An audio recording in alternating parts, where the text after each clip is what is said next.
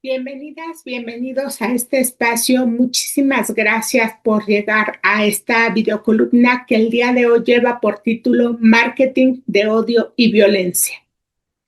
Es cada vez más evidente la irresponsable estrategia de violencia por la que han optado el PRIAN y sus socios de la Marea Rosa, las franquicias de Claudio X González y el adherido Salinas Pliego, para sabotear y pretender desestabilizar al gobierno de Claudia Sheinbaum mediante la utilización de campañas de odio y el ejercicio de violencia que de las redes sociales se trasladó a las calles en las enmascaradas manifestaciones de hace unos días. Es la estrategia de guerra sucia, el Go Negative, que le sugirió Jorge Castañeda el año pasado en plena campaña a la elección presidencial y que como manual han desatado. Les decía Castañeda, la guerra sucia, pero sucia en serio, contra Claudia, con todo. Así les recomendaba el ex canciller del gobierno de Fox, y aunque no les funcionó en los tiempos de campaña, al parecer decidieron intensificarla ahora, inyectándole mayor virulencia y dinero.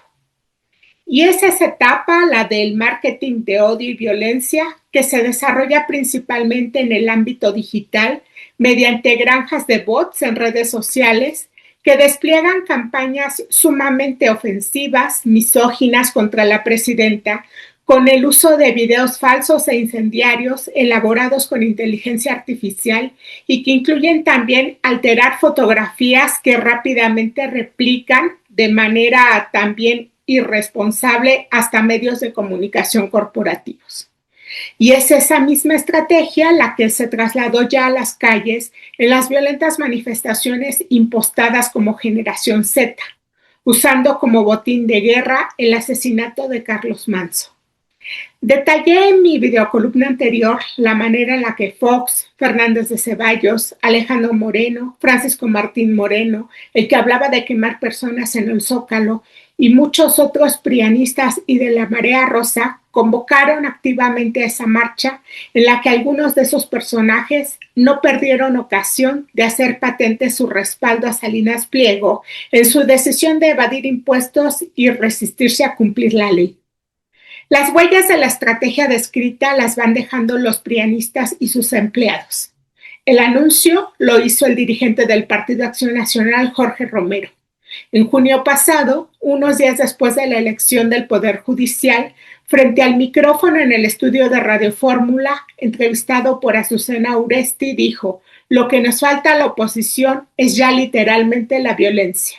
Si es que alguien de la oposición la va a decidir". Como preámbulo, la conductora aludía a los resultados de la elección del Poder Judicial. O sea, ¿la oposición no podía hacer nada?, preguntó la conductora. Y Romero respondió: "Lo que pasa, Azu, y te juro que no quiero sonar así, no sé ni qué palabra", dice Romero, y prosigue. Y cito lo que comentó: "Digo las cosas como son. Lo que nos falta a la oposición literalmente es ya la violencia, si es que alguien de la oposición la va a decidir". Cierro la cita. Y parece que fue el banderazo de salida.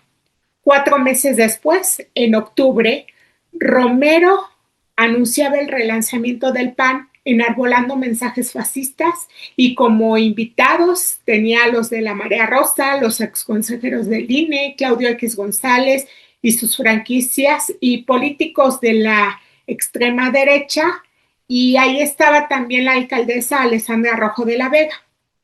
Y un mes después, jóvenes que han trabajado para el PAN en sus estrategias de redes sociales aparecían en la marcha del 15N, que inicialmente y con el uso masivo de granjas de bots se convocó desde redes sociales y que fue replicada por los mismos que participaron en el relanzamiento del PAN, por los mismos que antes estuvieron en la convocatoria de la Marea Rosa. La marcha del 15N se tornó en un espacio para acciones violentas, para trasladar de las redes sociales los mensajes de odio, misoginia, insultos, injurias y antisemitismo contra la presidenta. El periodista Alejandro Meléndez documentó la participación de grupos de porros y de grupos del crimen organizado. Y mientras las redes sociales se desbordaban con videos hechos con inteligencia artificial que mostraban imágenes incendiarias, videos falsos retuiteados por Fox y otros carroñeros. Para la segunda marcha, con la falsa bandera de la generación Z, a la que acudieron apenas 150 personas, lo que destacó no fue el número de participantes, sino el tono de sus insultos y mensajes abiertamente misóginos y fascistas. Las coberturas que los medios de comunicación del corporativo de Salinas Pliego realizaron de esas marchas y que han realizado en los días subsecuentes han estado llenos de información falsa, reproduciendo y haciendo eco de mensajes misóginos contra la presidenta. Una campaña de odio que se intensificó luego del histórico fallo de la Suprema Corte de desechar los amparos promovidos por Salinas Pliego, con los que pretendía seguir evadiendo el pago de impuestos. La misma estrategia de odio, de mensajes tan agresivos, sigue el dirigente del Tricolor, cuyos gobiernos protagonizaron actos genocidas como la masacre del 68, el Halconazo, matanzas como la de Aguas Blancas, Acteal, torturas y abusos sexuales en Atenco y verdadera represión ante las manifestaciones sociales. En sus redes, Alejandro Moreno, dirigente del PRI, lanza insultos y mensajes de odio mientras usa los espacios en el Congreso para conferencias de prensa donde despliegan carteles y sombreros ensangrentados como utilería. Omite las verdaderas acciones represivas que frente a las manifestaciones sociales hacían no solo los presidentes emanados de su partido, sino también sus gobernadores, como la represión de Ulises Ruiz en contra de la Asamblea Popular de los Pueblos de Oaxaca y el Magisterio, cuyas manifestaciones fueron violentamente reprimidas por el gobernador priista. En aquellos años cubrí periodísticamente las movilizaciones y los reporteros salíamos a hacer nuestro trabajo con la mayor precaución y con temor, sobre todo durante las noches en que operaban grupos paramilitares que tenían el auspicio de la Policía Estatal y de la Federal Preventiva enviada por el gobierno panista de Fox. En los meses que duraron las manifestaciones, la Comisión Civil Internacional de Observación de los Derechos Humanos cifró 26 muertes, incluido el asesinato de un periodista estadounidense, y centenares de detenciones arbitrarias.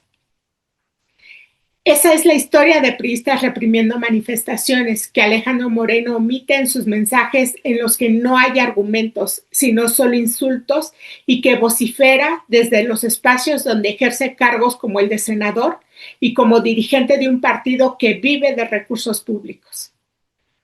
Hace unos días, en el Congreso de la Ciudad de México, se expuso que existían pruebas de que la alcaldesa de Cuauhtémoc, Alessandra Rojo de la Vega, y el de Miguel Hidalgo, Mauricio Tabe, habrían coaccionado a personas a participar en la manifestación que se tornó con tanta violencia, y se anunció en el Congreso una iniciativa para una comisión especial para investigar el tema.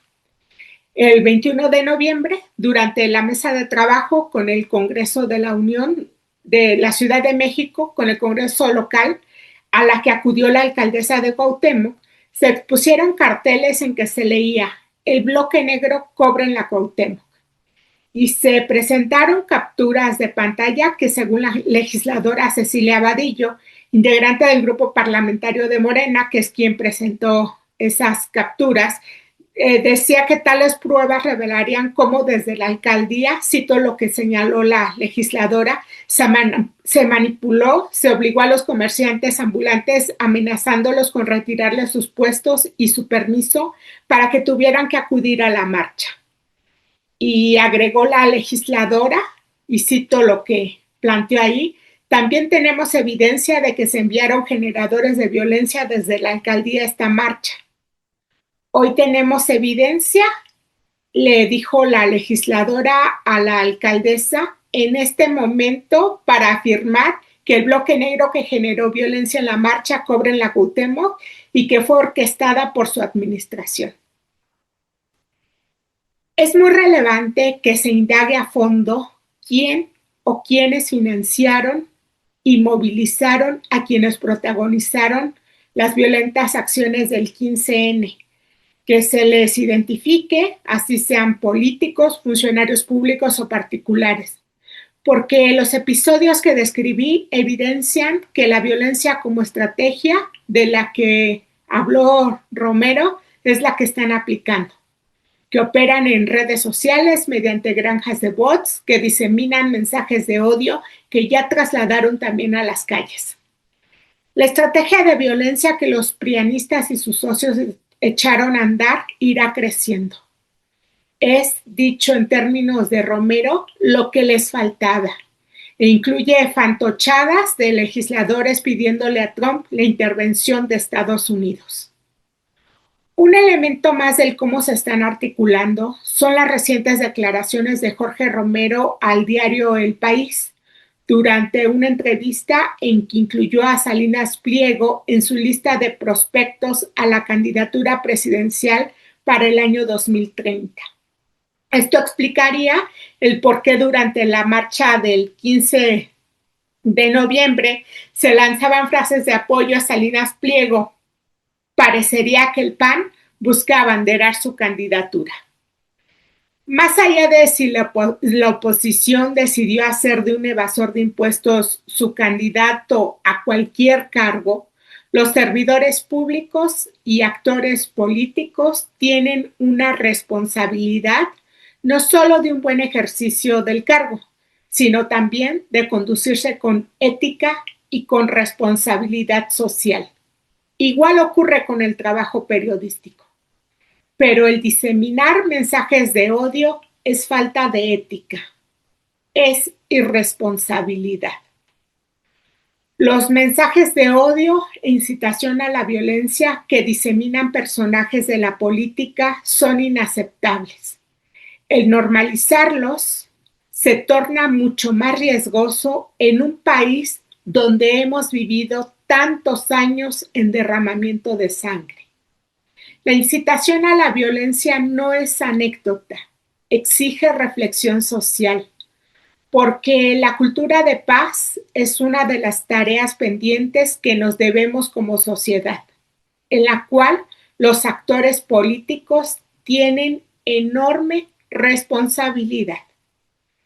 Hasta aquí la colaboración de hoy. Muchísimas gracias por su atención. Les invito a comentar, les invito a compartir. Aquí nos encontramos la próxima semana.